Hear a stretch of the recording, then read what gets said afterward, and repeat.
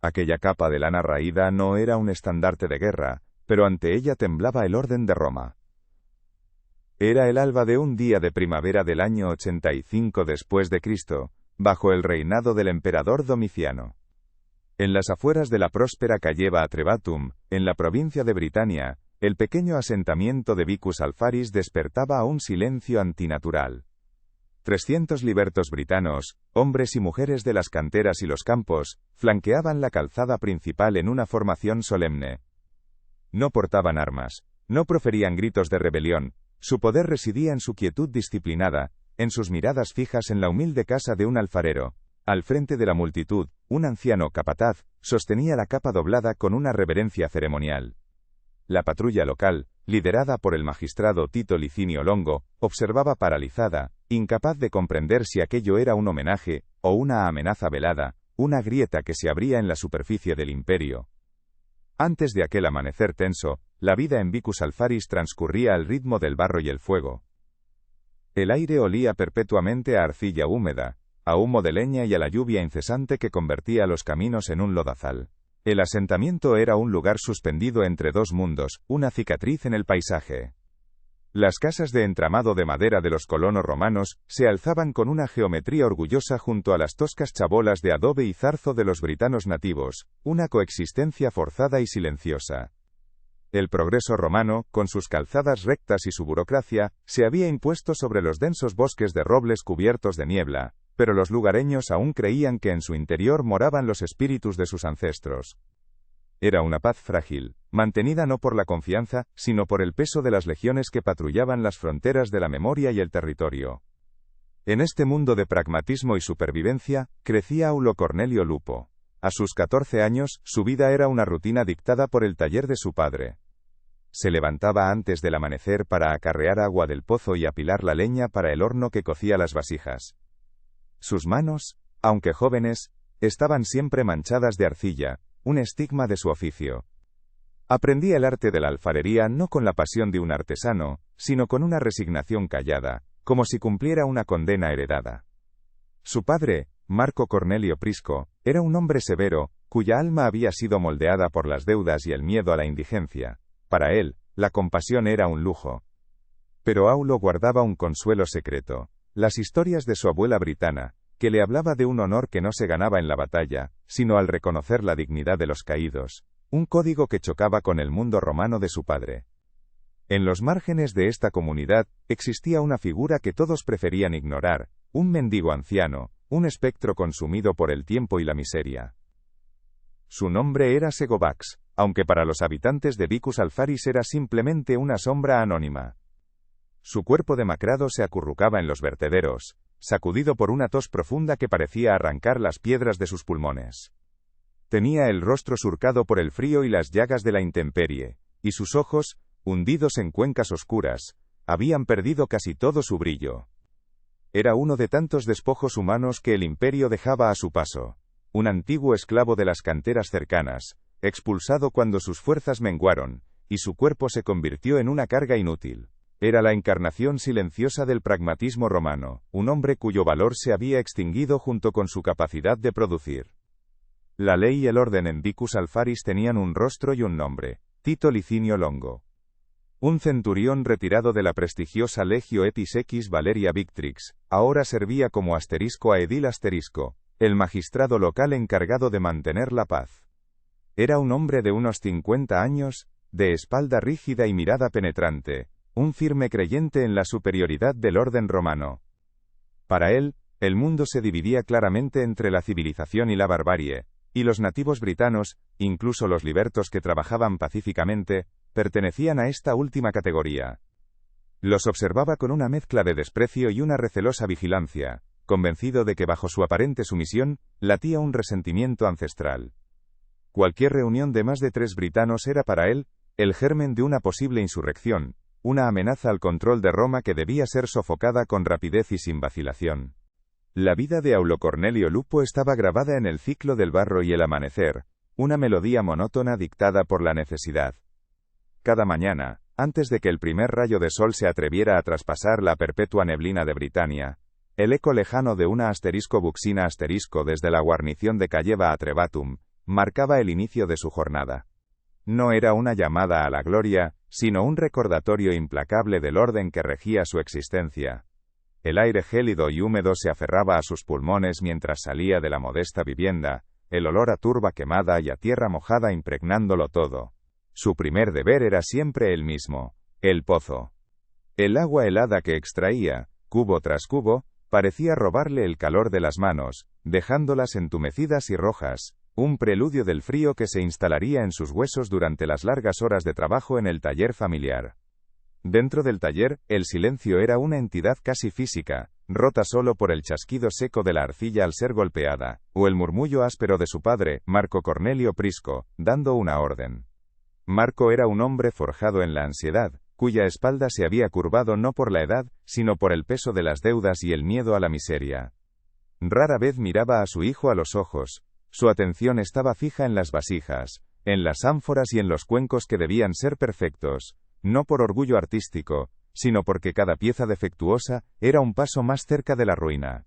Aulo aprendía a dar forma al barro bajo esa mirada severa, sintiendo que no moldeaba arcilla, sino la propia supervivencia de su familia, una responsabilidad demasiado pesada para sus 14 años. El horno de alfarería era el corazón palpitante y voraz de su mundo, una bestia de ladrillo y adobe que exigía un tributo constante de leña. Apilar los troncos, sentir la aspereza de la corteza contra su piel y calcular la cantidad exacta para alcanzar la temperatura de cocción, era una ciencia que aprendía a la fuerza. El humo que emanaba de su chimenea se mezclaba con el de las otras alfarerías, creando una neblina grisácea que se cernía sobre Vicus Alfaris como un sudario.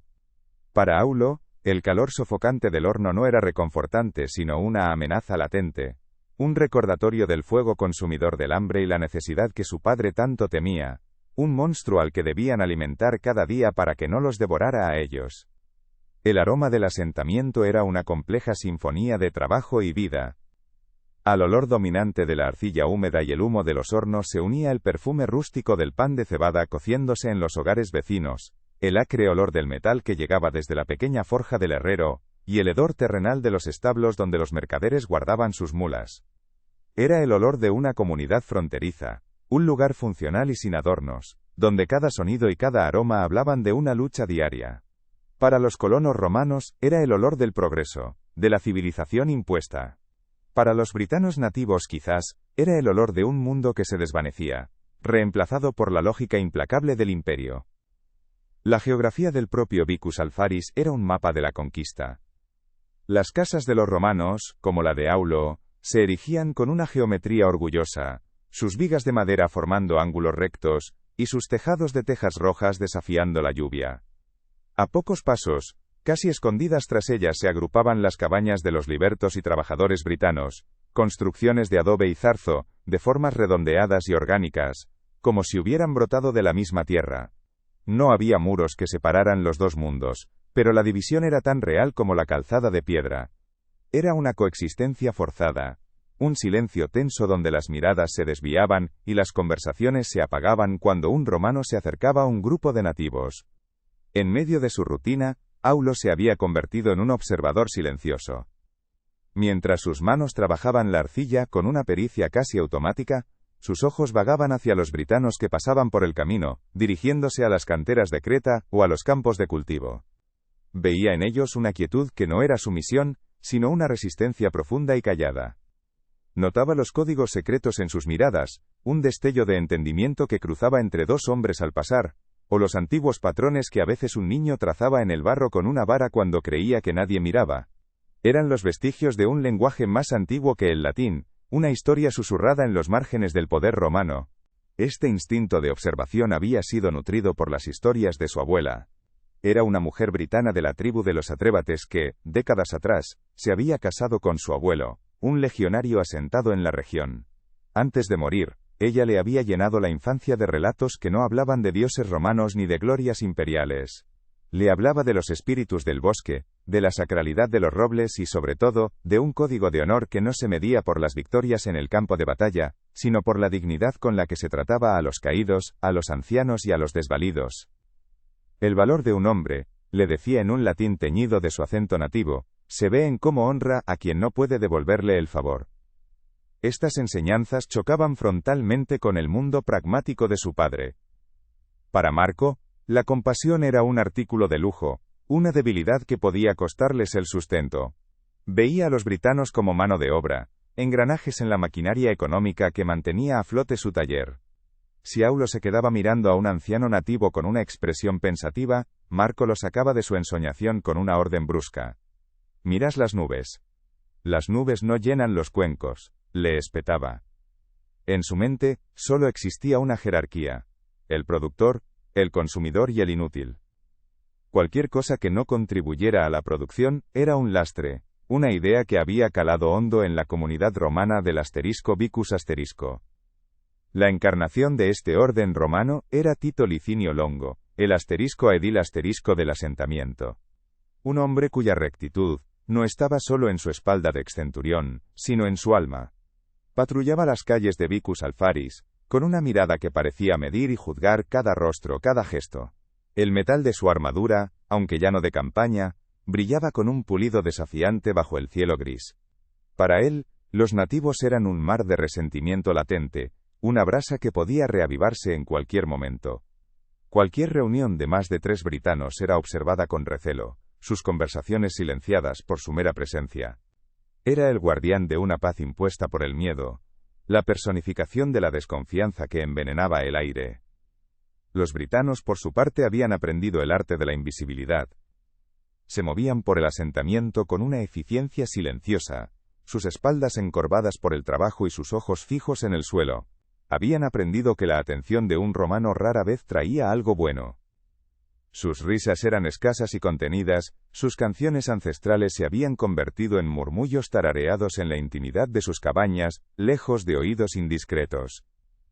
Era una cultura que se había retirado hacia adentro, preservando su identidad en los gestos pequeños, en las historias contadas en voz baja, y en el respeto silencioso que se mostraban unos a otros, un mundo oculto que prosperaba justo debajo de la superficie del control imperial.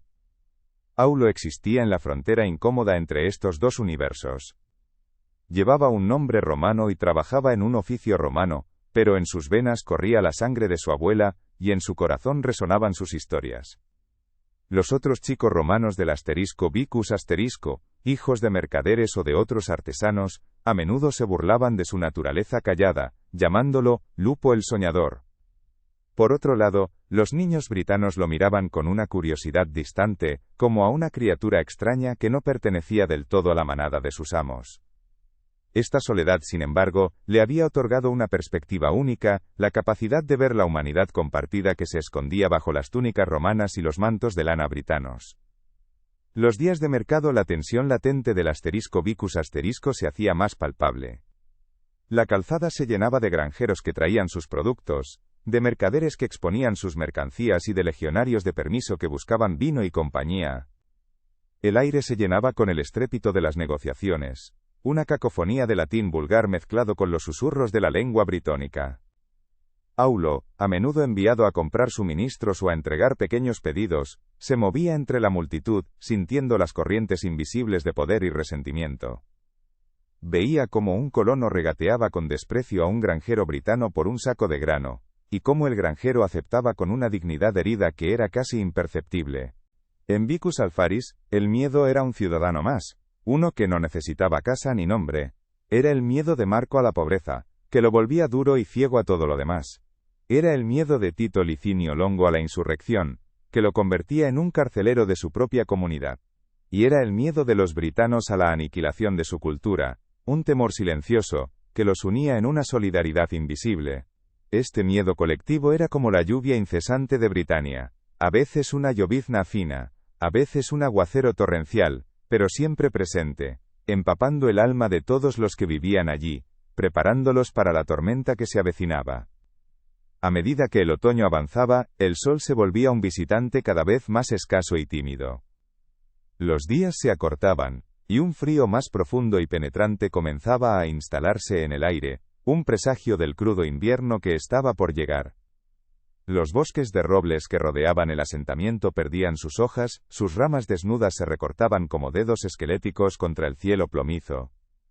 La gente se apresuraba más por las calles, ciñéndose sus capas con más fuerza, sus alientos formando nubes de vaho.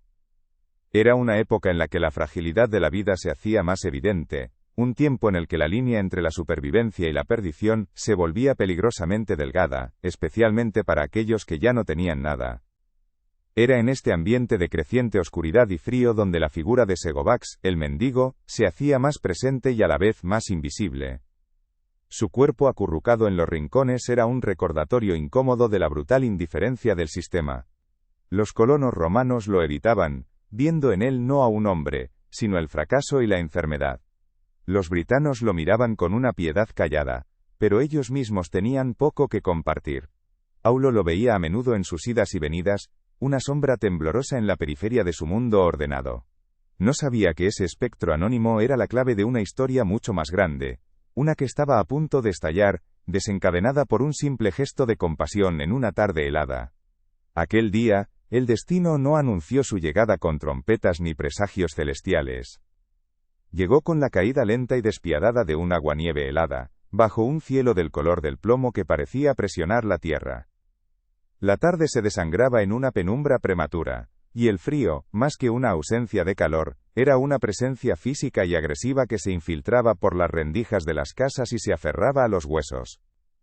Marco Cornelio Prisco había encargado a su hijo una tarea mundana, pero urgente: llevar un juego de cuencos de terracota recién cocidos a la villa de un mercader adinerado, un tal Cayo Valerio, cuya residencia se alzaba en las afueras del Vicus Asterisco, como un pequeño bastión de la riqueza romana, en mitad de la rústica Britania. Para Aulo, era una misión más en la cadena interminable de deberes que conformaban su existencia. El camino de ida fue una lucha contra el barro pegajoso que intentaba devorar sus sandalias a cada paso. La villa del mercader era un mundo aparte, con sus muros estucados y el atisbo de un mosaico en el suelo del pórtico, protegido de la intemperie. Aulo entregó la mercancía con la cabeza gacha, sintiendo el peso de la mirada condescendiente del esclavo que le abrió la puerta, un hombre que, aun en su servidumbre, parecía disfrutar de un estatus superior al del hijo de un simple alfarero. Recibió las monedas de cobre con las manos entumecidas, el frío metal, una pobre compensación por el calor que se escapaba de su cuerpo. El viaje de regreso se antojaba aún más largo y sombrío, con el viento cortante silbando entre los robles desnudos y la aguanieve arreciando, convirtiéndose en diminutas agujas de hielo que le picaban en el rostro. En su regreso, la capa de lana que llevaba se convirtió en su único refugio. Era una prenda gruesa, aunque raída por el uso constante, un tesoro tejido por su madre años atrás, antes de que una fiebre se la llevara. Cada hebra parecía guardar un eco de su calor, un recuerdo de seguridad en un mundo que rara vez la ofrecía. Aulo se la ciñó con más fuerza, hundiendo la barbilla en el cuello de la prenda y sintiendo la familiar aspereza de la lana contra su piel. Era más que una protección contra el clima, era un santuario portátil, el último vestigio tangible del amor materno. En el pragmático mundo de su padre, donde todo tenía un precio, aquella capa era invaluable, un ancla emocional en la monótona rutina de la arcilla y el fuego. Fue entonces, al pasar junto al vertedero del asentamiento, cuando lo vio. El Vicus Asterisco arrojaba allí sus desperdicios: cerámica rota, restos de comida, paja podrida, y todo aquello que ya no tenía utilidad. Era la frontera física y simbólica entre lo que servía y lo que era desecho. Y entre los montículos de basura, apenas distinguible en la luz moribunda, había una figura humana. Era un bulto de harapos acurrucado en un ovillo, un hombre tan inmóvil que podría haber sido confundido con un saco abandonado, si no fuera por los violentos y espasmódicos temblores que sacudían su cuerpo esquelético. Era Segovax, aunque para Aulo en ese momento, era solo la encarnación de la miseria más absoluta, un espectro al borde de la extinción. Otros aldeanos pasaban de largo, apresurando el paso y desviando la mirada, como si la pobreza fuera una enfermedad contagiosa. Se ajustaban sus propias capas, un gesto instintivo de autoprotección que también era una declaración de indiferencia. Pero Aulo se detuvo. El frío que sentía en su propio cuerpo pareció resonar con el temblor de aquel hombre. En su mente, como un susurro llegado de muy lejos, emergieron las palabras de su abuela britana. El verdadero honor no está en vencer al fuerte, sino en amparar al caído. Vio más allá de los harapos y la suciedad, Vio una soledad tan profunda y heladora como el viento que barría la llanura, una soledad que ninguna hoguera podría calentar. Vio a un ser humano abandonado por los dioses y los hombres. El gesto fue rápido, casi irreflexivo, nacido de un impulso que anuló el miedo al frío y a la ira de su padre. Con un movimiento torpe por el entumecimiento de sus dedos, Aulo se desabrochó su propia capa. Por un instante, el viento helado le mordió la espalda, recordándole la locura de su acción. Pero ya no había vuelta atrás. Se acercó al hombre tembloroso y, con una delicadeza que no sabía que poseía, colocó la cálida y pesada prenda de lana sobre sus hombros huesudos. La capa, que momentos antes era su refugio, se convirtió en un regalo. El cuerpo bajo ella dejó de temblar con tanta violencia, como si el calor no solo fuera físico, sino también un bálsamo para un dolor más profundo y antiguo. No se detuvo ahí, metió la mano en el pequeño zurrón de cuero que llevaba al cinto, y sacó el trozo de pan de cebada que guardaba para su cena. Estaba duro, casi petrificado por el frío, pero era todo lo que tenía. Se arrodilló en el fango helado y con cuidado tomó la mano del anciano. Era una mano increíblemente frágil, como una garra de pájaro, fría como el hielo. Colocó el pan en su palma temblorosa, y los dedos del hombre se cerraron sobre él con una lentitud agónica, un reflejo de pura supervivencia. No hubo palabras, solo el sonido del viento y la respiración entrecortada y sibilante del mendigo, que sonaba como si sus pulmones estuvieran llenos de grava. Fue entonces cuando Segovax levantó la cabeza. Sus ojos, hundidos en cuencas oscuras y casi perdidos en un rostro devastado por el sufrimiento, se encontraron con los de Aulo.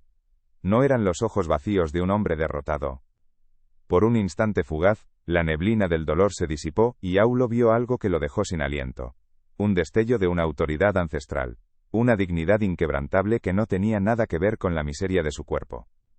¿No era gratitud lo que vio? O no solo eso. Era un reconocimiento, un atisbo de una majestad antigua y rota, como si un rey exiliado lo estuviera mirando desde las profundidades de su ruina. Aquel instante se alargó una eternidad y se rompió en un segundo. Aulo de repente, se sintió profundamente inquieto, como si hubiera tocado algo sagrado y prohibido. El frío, ahora sin la protección de su capa, le caló hasta los huesos, un recordatorio brutal de su sacrificio. Se puso en pie de un salto, el corazón latiéndole con fuerza en el pecho. No sabía por qué, pero sentía la necesidad de huir, de volver a la normalidad de su hogar, al olor familiar de la arcilla y el humo. Sin una mirada atrás, se dio la vuelta y echó a correr por la calzada embarrada, dejando atrás al anciano envuelto en su capa y el eco de una mirada que jamás podría olvidar. El calor del taller de su padre ya no parecía un consuelo, sino el preludio de una tormenta diferente. El gesto de Aulo, un simple acto de compasión en una tarde helada, no había sido un susurro en el viento.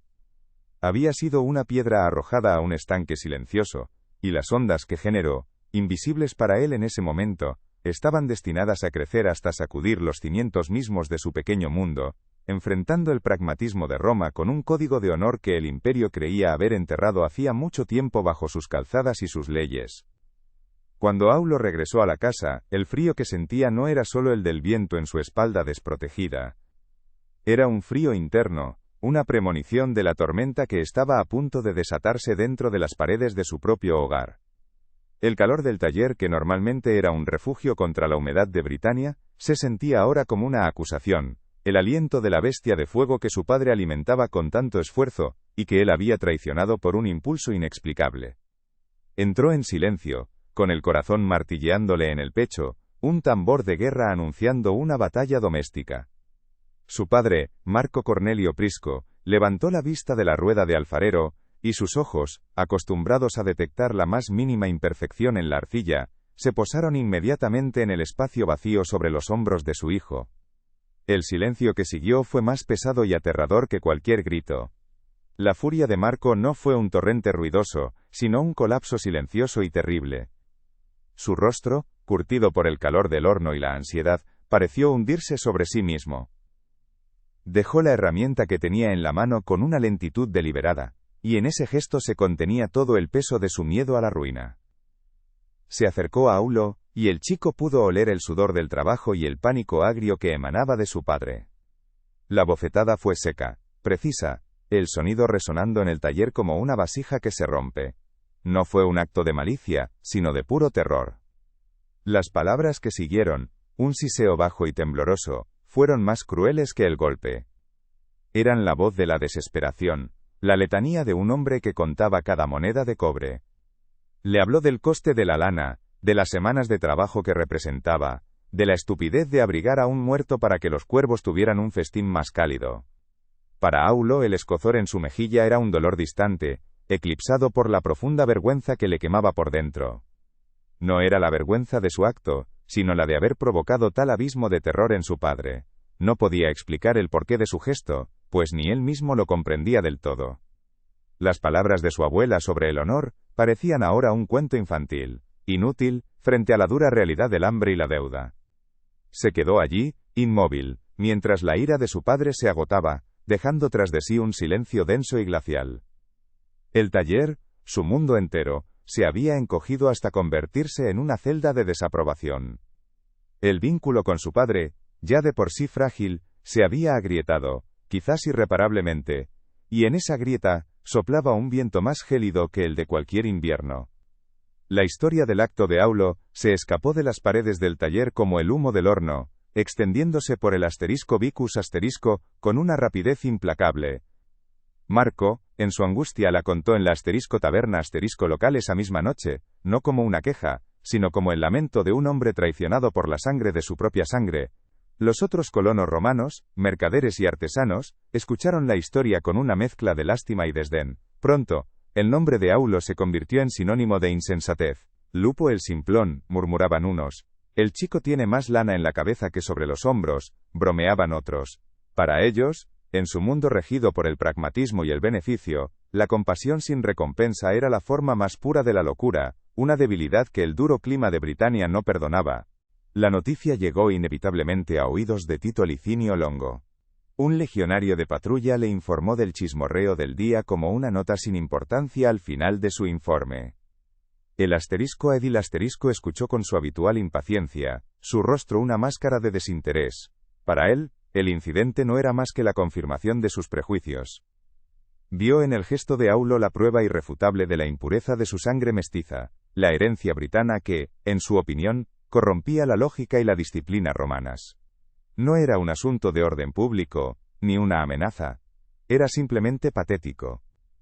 Despachó al legionario con un gesto de la mano, descartando el asunto como una anécdota trivial sobre la debilidad humana, sin darse cuenta de que había juzgado mal no solo el acto, sino el alma entera de la tierra que pretendía gobernar. En los días y semanas que siguieron, Aulo se convirtió en un paria en su propio mundo. Los otros muchachos romanos que antes lo trataban con una indiferencia distante, ahora lo señalaban abiertamente, sus burlas tan afiladas como trozos de cerámica rota. Los adultos lo miraban con una condescendencia que era casi peor, como si fuera un animal herido e inofensivo. Su vida se convirtió en un camino de miradas desviadas y silencios incómodos. El taller se volvió su único refugio y a la vez su prisión, pues allí el silencio de su padre era un castigo constante.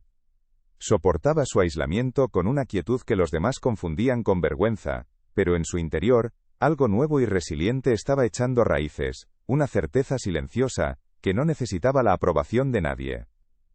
Sin embargo, al otro lado de la invisible muralla social, la historia viajaba por un canal completamente diferente. Entre los libertos y esclavos britanos, el relato no se contaba con burlas, sino en susurros cargados de un asombro reverencial. Quizás fue un viejo leñador que volvía tarde al *vicus* quien presenció la escena desde la linde del bosque, o una sirvienta que escuchó los lamentos de Marco en la *taberna* y entendió algo que los romanos no podían ver. La noticia se transmitió de boca en boca en las canteras de Creta, en los campos embarrados y al calor de las hogueras en las humildes cabañas de adobe. No hablaban de un niño tonto, sino de un gesto que resonaba con los ecos de su cultura olvidada, un acto de honor puro en un mundo que solo entendía de poder. Para la comunidad britana, el acto de Aulo fue una revelación. En la lógica romana, el valor de una capa se medía en *denari* y días de trabajo. El valor de un mendigo era cero, o incluso negativo. El gesto del muchacho había desafiado esa brutal aritmética. Había reconocido la humanidad, donde Roma solo veía un desecho. No era caridad. Era un reconocimiento, un acto que honraba a un anciano, a un caído, tal y como dictaban las viejas leyes de sus antepasados. La capa no era solo lana, era dignidad, el pan no era solo grano, era respeto. En la oscuridad de su subyugación, este simple acto de un muchacho medio romano, se convirtió en una luz inesperada, un símbolo silencioso y poderoso de que las viejas costumbres, el verdadero honor, aún no habían muerto del todo. La imagen de la escena se transmitía con una precisión casi sagrada. Describían la aguanieve cayendo, el cuerpo tembloroso del anciano y al joven romano despojándose de su única protección. En esas narraciones clandestinas, Aulo dejaba de ser el hijo del alfarero para convertirse en una figura casi mítica. Era el niño del manto, un nombre susurrado con una mezcla de gratitud y protección. Los trabajadores britanos que pasaban por delante del taller de alfarería ya no lo miraban con indiferencia. Sus miradas, antes vacías o recelosas, contenían ahora un destello de algo nuevo, un respeto profundo, casi secreto. Aulo, sumido en su propia soledad, sentía esas miradas, pero las interpretaba erróneamente como lástima o simple curiosidad, sin sospechar la leyenda que crecía en torno a él. Así, dos realidades completamente opuestas florecieron en el mismo trozo de tierra húmeda. Para la comunidad romana de Vicus Alfaris, Aulo Cornelio Lupo era un recordatorio de la ingenuidad y la debilidad, un muchacho que había que vigilar para que su blando corazón no llevara a su familia a la ruina. Para la comunidad britana, era el depositario de un honor ancestral, un faro inesperado en su larga noche. La tensión en el asentamiento, antes una corriente subterránea, se volvió más densa, más palpable. Era como si el aire mismo se hubiera dividido, con un lado oliendo a la arrogancia del pragmatismo, y el otro, al perfume antiguo de un código sagrado y reencontrado. El mendigo, Segovax, desapareció. Su rincón en el vertedero quedó vacío, y pronto la nieve del invierno cubrió el lugar, borrando cualquier rastro de su existencia. Los romanos asumieron, con una indiferencia colectiva, que finalmente había sucumbido al frío, como era de esperar. Su ausencia fue un alivio, una pequeña limpieza en el ordenado paisaje de su asterisco Vicus asterisco. Para Aulo, sin embargo, ese espacio vacío era una herida abierta, una pregunta sin respuesta que lo atormentaba en las largas noches. ¿Había servido de algo su sacrificio? ¿Había muerto el hombre en la soledad, envuelto en su capa? La falta de cierre se sumó al peso de su aislamiento, dejando su gesto suspendido en un limbo de duda y esperanza. El invierno se afianzó con una dureza implacable, cubriendo Vicus Alfaris con un manto de silencio y nieve. La vida continuaba su ritmo monótono, pero algo fundamental había cambiado. La relación de Aulo con su padre se había congelado, convirtiéndose en una rutina de gestos necesarios y palabras no dichas. Marco trabajaba con una furia silenciosa, como si intentara recuperar con sus manos el calor y la seguridad que el gesto de su hijo le había robado. Veía a Aulo no como a su heredero, sino como a un extraño que albergaba en su corazón una locura incomprensible, una semilla de la tierra salvaje que él tanto se esforzaba por dominar con el fuego y la arcilla. Mientras tanto, entre la población nativa, el respeto silencioso por Aulo se solidificaba. Si un carro romano salpicaba barro a su paso, un trabajador britano se interponía discretamente para protegerlo. Si dejaba caer una herramienta, una mano anónima la recogía, y se la devolvía con una inclinación de cabeza casi imperceptible. Eran pequeños gestos, invisibles para los ojos romanos, pero que tejían a su alrededor una red de protección silenciosa. Aulo no entendía la fuente de esta extraña deferencia, pero la sentía como un calor débil y fantasmal en medio del frío de su ostracismo, sin saber que se había convertido en el guardián involuntario de la memoria de un rey. La capa raída, físicamente ausente, adquirió una presencia más poderosa que cualquier objeto material. Para Marco, era el fantasma de la pobreza, un recordatorio constante de su precaria posición. Para los romanos, era el símbolo de la estupidez. Pero para los britanos, se había convertido en un estandarte invisible. Representaba un puente entre dos mundos, un instante en el que la humanidad había prevalecido sobre la lógica del imperio.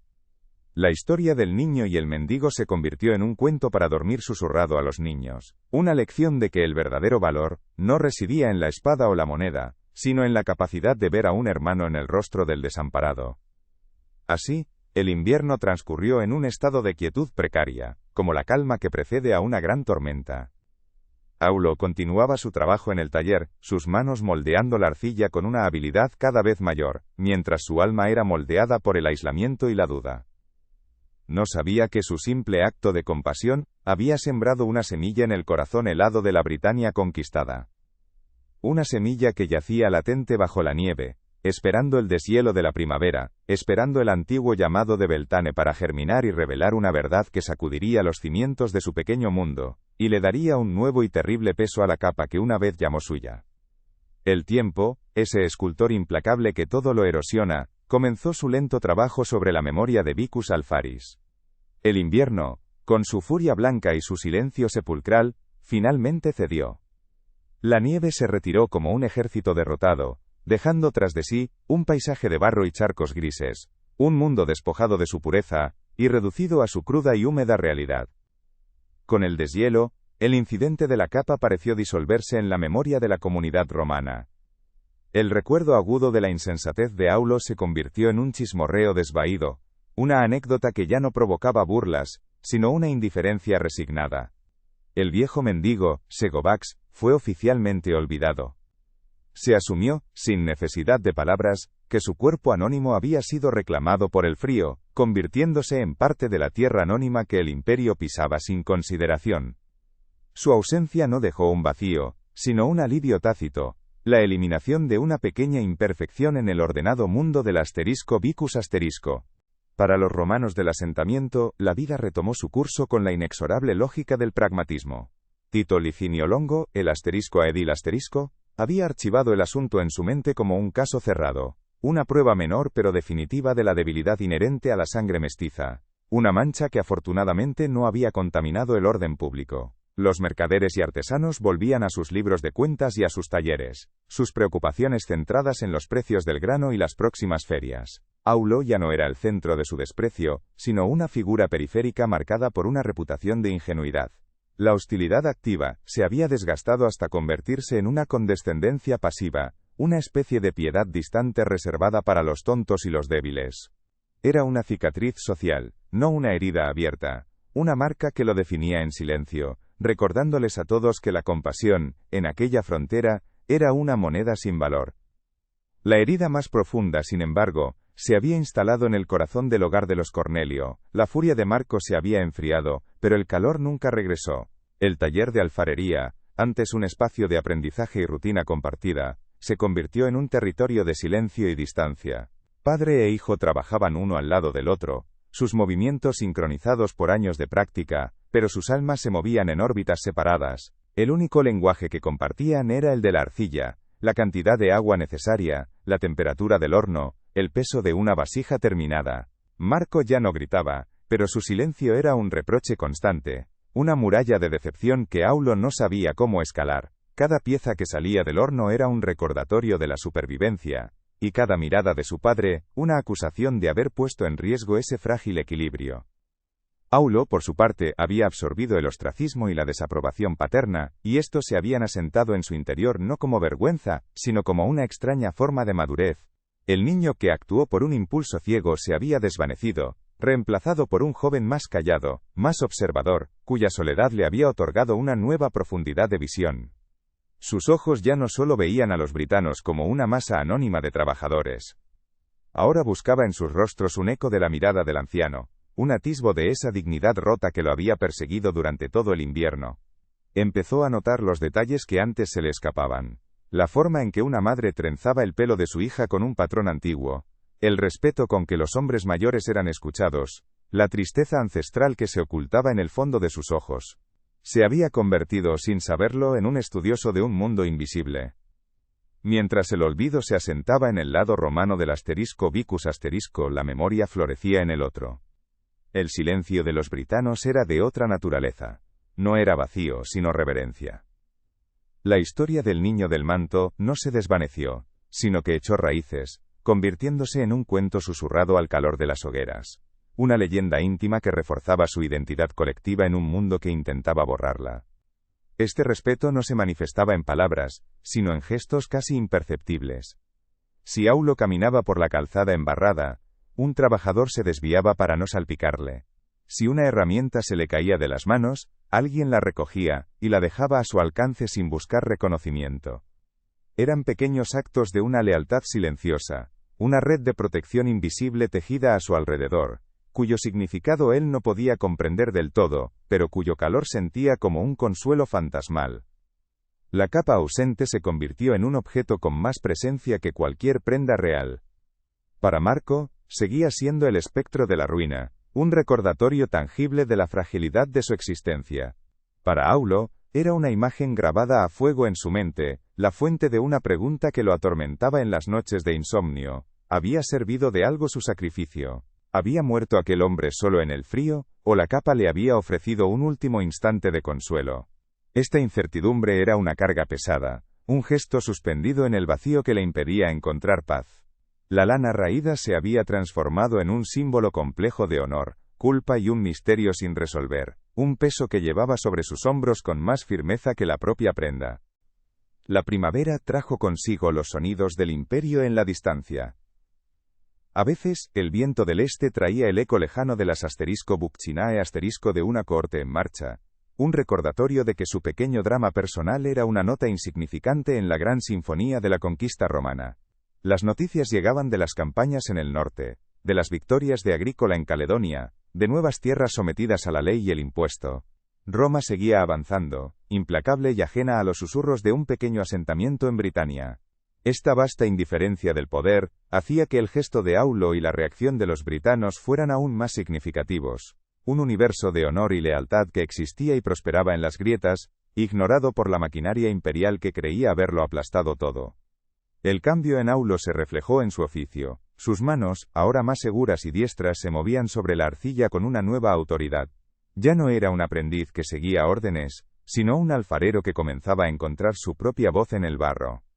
Sus piezas se volvieron más finas, más equilibradas, pero había en ellas una sobriedad, una melancolía que las distinguía de las vasijas puramente funcionales de su padre. Moldeaba la arcilla con una concentración meditativa, como si en el giro de la rueda intentara dar forma a las preguntas sin respuesta que giraban en su propia alma. Cada cuenco y cada jarra que salía de sus manos parecía llevar la huella invisible de su aislamiento y de su silenciosa transformación.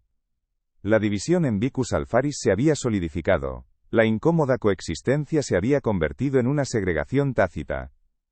Romanos y britanos compartían el mismo espacio físico, pero habitaban realidades diferentes, separadas por un abismo de desconfianza y de memoria. El muro invisible que siempre había existido se había vuelto más alto, más grueso. La calzada de piedra que atravesaba el asentamiento ya no era un punto de encuentro sino una frontera. Aulo se encontraba atrapado en el desolado territorio intermedio, sin pertenecer del todo a ninguno de los dos mundos, pero observado por ambos. El aire del *Vicus* estaba cargado de una quietud expectante, no la calma de la paz, sino el silencio denso que precede a una revelación. Así, la primavera avanzó, tiñendo de verde los bosques y trayendo consigo el aroma de la tierra húmeda y la vida renovada. La vida de Aulo había regresado a su ritmo monótono, al ciclo del barro y el fuego, pero todo era diferente. Él había cambiado, su familia se había roto, y la comunidad se había fracturado en dos mitades irreconciliables. No sabía que la semilla plantada en aquella tarde helada de invierno no había muerto bajo la nieve. Había estado latente, esperando pacientemente en la tierra oscura de la memoria britana. Y con la llegada de la primavera, con el antiguo llamado de los ciclos de la tierra, esa semilla estaba a punto de germinar, preparada para romper el silencio y revelar una verdad que haría temblar los cimientos de su mundo. La llegada de la primavera no trajo consigo la paz, sino una quietud cargada de presagio. Fue en la mañana de Beltane, una festividad cuyo nombre los romanos apenas pronunciaban, pero que para los britanos marcaba el umbral sagrado entre la oscuridad y la luz. Aulo Cornelio Lupo no fue despertado por el sonido de los carros ni por la llamada de su padre, sino por un silencio antinatural y profundo que se había apoderado del *Vicus*. Era una ausencia de ruido tan completa y opresiva que pesaba sobre el aire como una manta húmeda. El mundo parecía haber contenido la respiración. Se asomó con cautela por la pequeña ventana de su habitación y el corazón se le detuvo. La luz lechosa y fantasmal del amanecer revelaba una escena que desafiaba toda lógica y orden, una visión que parecía arrancada de un sueño febril o de una antigua leyenda susurrada junto al fuego. La calzada principal, normalmente un camino de barro y actividad, estaba flanqueada a ambos lados por una asamblea humana. Eran cientos, quizás 300 hombres y mujeres, los libertos britanos de las canteras de Creta, de los campos de cultivo, y de las fincas de los alrededores. Estaban de pie, inmóviles, con la disciplina solemne de un ejército silencioso, pero no portaban armas. Sus ropas eran las sencillas túnicas de trabajo, manchadas de tierra y sudor, pero su postura era erguida, digna, como si vistieran las galas de una corte olvidada. No proferían gritos ni amenazas. Su poder residía en su quietud colectiva, en sus miradas fijas en un único punto del universo, la humilde casa de adobe y madera del alfarero. No era una turba enfurecida, era una congregación, un testimonio viviente cuya intención era un misterio aterrador. Al frente de la multitud, Aulo distinguió una figura familiar, un anciano capataz de la cantera, un hombre cuyo rostro estaba surcado por décadas de trabajo y de silenciosa resistencia. Pero no era su presencia lo que heló la sangre del muchacho, era lo que sostenía en sus manos. Con una reverencia ceremonial, como si fuera el estandarte de una legión perdida o una reliquia sagrada, el anciano sostenía la vieja y gastada capa de lana de Aulo. Estaba limpia, cuidadosamente doblada pero inconfundible. La misma prenda que había sido motivo de la ira de su padre y del desprecio de la aldea, ahora era el centro de este rito incomprensible. Un torbellino de pavor y confusión se apoderó de Aulo. Aquel gesto impulsivo de una tarde helada, había vuelto de entre los muertos para reclamar algo de él, y no sabía si era su vida o su alma.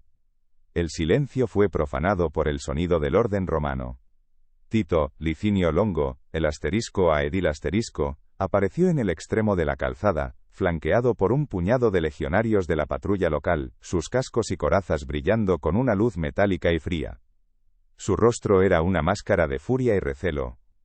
Para él, aquella escena solo podía tener una interpretación, el germen de una insurrección, la manifestación de ese resentimiento bárbaro que siempre había sospechado. Sus gritos resonaron en el aire quieto, ordenando a la multitud que se dispersara, amenazando con la fuerza de Roma. Pero sus palabras cayeron en el vacío, absorbidas por la quietud de los britanos, que ni siquiera se dignaron a volver la cabeza. La autoridad de Roma, tan absoluta y temida, se revelaba de repente impotente frente a un poder más antiguo y profundo. El anciano capataz dio un paso al frente, ignorando a los legionarios como si fueran meros espectros ruidosos en el borde de su mundo. Su atención estaba fija en la puerta de la casa de Aulo. No había odio en su mirada, sino una gravedad solemne, la de un hombre que ha venido a saldar una deuda de honor. Esperó, paciente, sabiendo que las figuras que se escondían tras las paredes de adobe saldrían. Y así fue. Marco Cornelio Prisco, pálido como la arcilla sin cocer, salió tambaleándose, seguido por un Aulo tembloroso. El padre veía una amenaza a su sustento. El hijo sentía el peso de un destino que no había elegido. El mundo entero parecía haberse detenido en ese pequeño trozo de tierra, esperando la palabra que rompería el hechizo. Fue entonces cuando el anciano habló. Su voz, en un latín denso con el acento de la tierra, pero claro como una campana en la mañana silenciosa, se dirigió no a la multitud ni a los romanos, sino directamente a Aulo. El hombre al que visteis morir en vuestro vertedero, comenzó, y cada palabra parecía tallada en piedra, tenía un nombre. Se llamaba Segovax. La simple atribución de un nombre a la figura anónima del mendigo, fue un trueno silencioso. De repente, el despojo humano tenía una identidad, una historia, un pasado. Ya no era una cosa, sino alguien. Para Marco y para Tito Licinio Longo, la revelación fue una sacudida, la primera grieta en la cómoda certeza de su mundo ordenado, donde los sin valor no merecían ni siquiera un nombre. El capataz hizo una pausa, dejando que el peso de ese nombre se asentara en el aire. Luego, continuó, y su voz se cargó con el dolor y el orgullo de generaciones. No era un mendigo, era Segovax de los Atrébates, el último caudillo de nuestro linaje, nuestro rey. La palabra rey cayó sobre Vicus Alfaris con la fuerza de un cataclismo. Un rey. El espectro demacrado, el hombre que tosía hasta arrancarse los pulmones entre los desperdicios, Era el último vestigio de una monarquía aniquilada por las legiones. La revelación era tan monstruosa, tan inconcebible para la lógica romana, que dejó a Tito Licinio Longo sin palabras, su rostro una mueca de incredulidad y una humillación profunda y repentina. Habían tenido a la realeza muriendo en su alcantarilla, y solo habían visto basura. La historia se desveló como un papiro antiguo y frágil.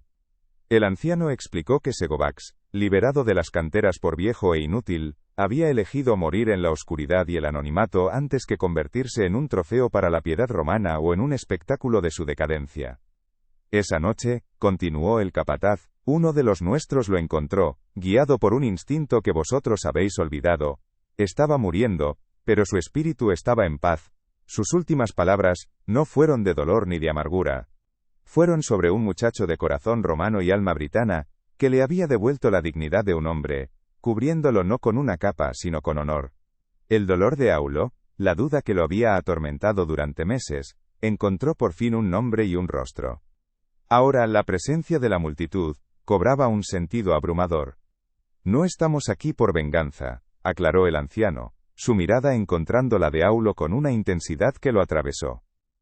La venganza pertenece a los hombres que aún tienen algo que perder. Nosotros ya lo perdimos todo. Estamos aquí para cumplir con un deber sagrado. La ley de nuestros ancestros dicta que cuando un rey recibe un honor, su pueblo debe dar testimonio. Estamos aquí, muchacho, para dar testimonio silencioso ante el hogar del único hombre que honró a nuestro rey en su hora más oscura, cuando ni siquiera nosotros pudimos hacerlo. No era una rebelión, era una coronación de un acto de compasión, llevada a cabo por los desposeídos. Con un gesto lento y deliberado, el capataz desplegó la capa. A la luz del sol naciente, la lana raída parecía tejida con hilos de oro y de memoria. Ya no era una prenda humilde, el símbolo de la insensatez de un muchacho. Se había transformado. Era un estandarte de honor, un sudario real, un puente entre dos mundos irreconciliables. El dolor silencioso que había flotado sobre el asterisco Vicus asterisco durante meses, tenía por fin una forma tangible. Tenía el nombre de un rey, el rostro de un mendigo, y el peso de una capa que había protegido a un caudillo en su último viaje. La revelación no había traído consigo el estruendo de la batalla, sino algo mucho más pesado, la resonancia de una verdad que cambiaría todo para siempre. El anciano capataz, con una lentitud que parecía abarcar generaciones, dio un paso más hacia Aulo.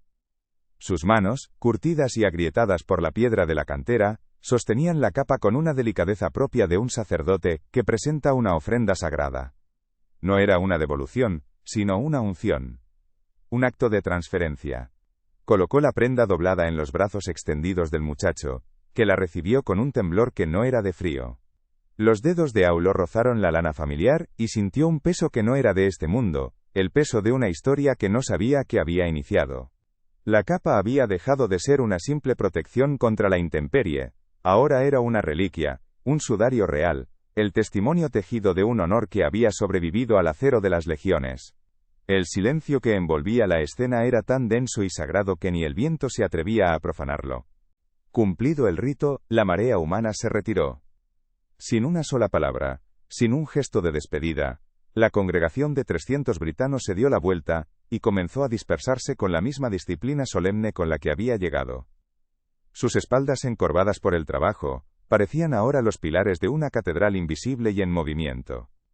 Se desvanecieron por los caminos que llevaban a las canteras y los campos, fundiéndose de nuevo en el paisaje del que habían emergido, como espíritus que regresan a la tierra, tras cumplir un deber ancestral. Tito Licinio Longo y sus legionarios permanecieron inmóviles, estatuas de bronce y desconcierto, sus espadas inútiles ante una fuerza que no podían combatir.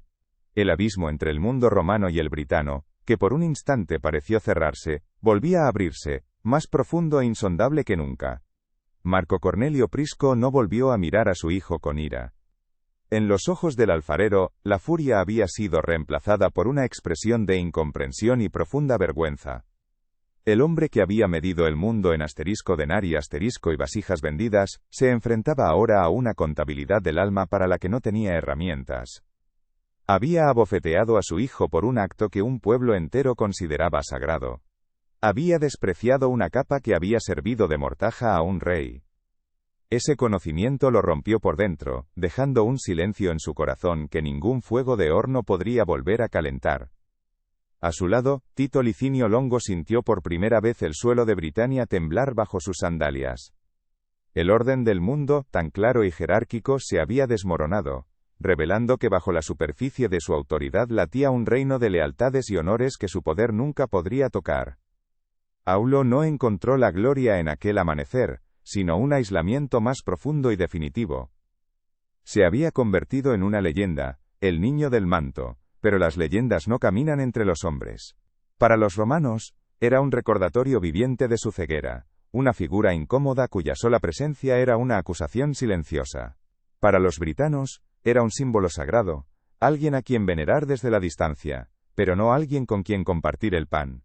Se convirtió en el puente entre dos mundos, y un puente es un lugar solitario, pisado por ambos lados pero sin pertenecer a ninguna de las dos orillas. Regresó al taller, y la capa fue guardada en un viejo arcón de madera, no como un trofeo, sino como una carga sagrada, el ancla que lo fijaría para siempre a ese instante suspendido en el tiempo. Los años pasaron sobre Vicus Alfaris como el agua sobre las piedras, erosionando los recuerdos pero puliendo las leyendas. Aulo se convirtió en un maestro alfarero, cuyas vasijas eran famosas por su sobria perfección, y una melancolía que nadie sabía explicar. El imperio continuó su marcha, ajeno a los dramas silenciosos de sus fronteras. Pero en las noches más frías de invierno, cuando el viento aullaba como un espíritu perdido, Aulo a veces abría el arcón. No tocaba la capa, su santidad residía en la distancia. Solo la miraba, aquella lana raída que había abrigado a un rey. Su gesto no había detenido a una legión ni había cambiado un edicto del emperador. Pero en el corazón de una tierra conquistada, en el silencio de los vencidos, aquel acto había impedido que un rey muriera como un mendigo. Y en la vasta y brutal historia de Roma, a veces, salvar la dignidad de un solo hombre, es la única victoria que de verdad importa.